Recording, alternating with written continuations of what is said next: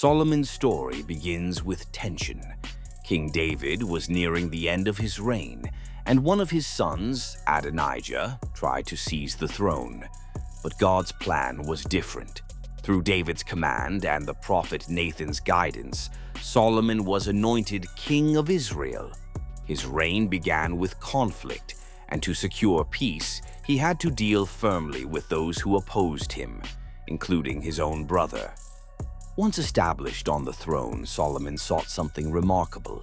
When God appeared to him in a dream and offered anything he desired, Solomon did not ask for wealth or long life.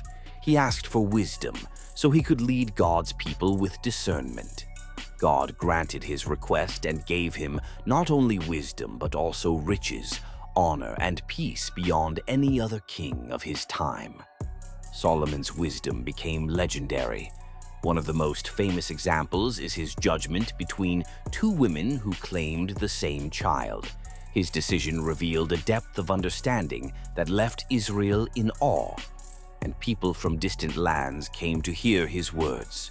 With wisdom came opportunity. Solomon undertook the great project of building the temple in Jerusalem, the house of God that David had longed to build but was not allowed. This temple became the center of worship, a symbol of God's presence among his people. Alongside the temple, Solomon also built palaces, cities, and established trade that brought wealth flowing into Israel. His fame spread across the nations. The Queen of Sheba herself traveled from far away to test him with hard questions. She left astonished by his wisdom, his court, and the prosperity of his kingdom. Under Solomon, Israel reached the height of its power, influence, and splendor. But Solomon's story does not end in triumph. Over time, his heart turned. He took many foreign wives and allowed their gods into Israel. The man who once asked for wisdom drifted into compromise, idolatry, and pride.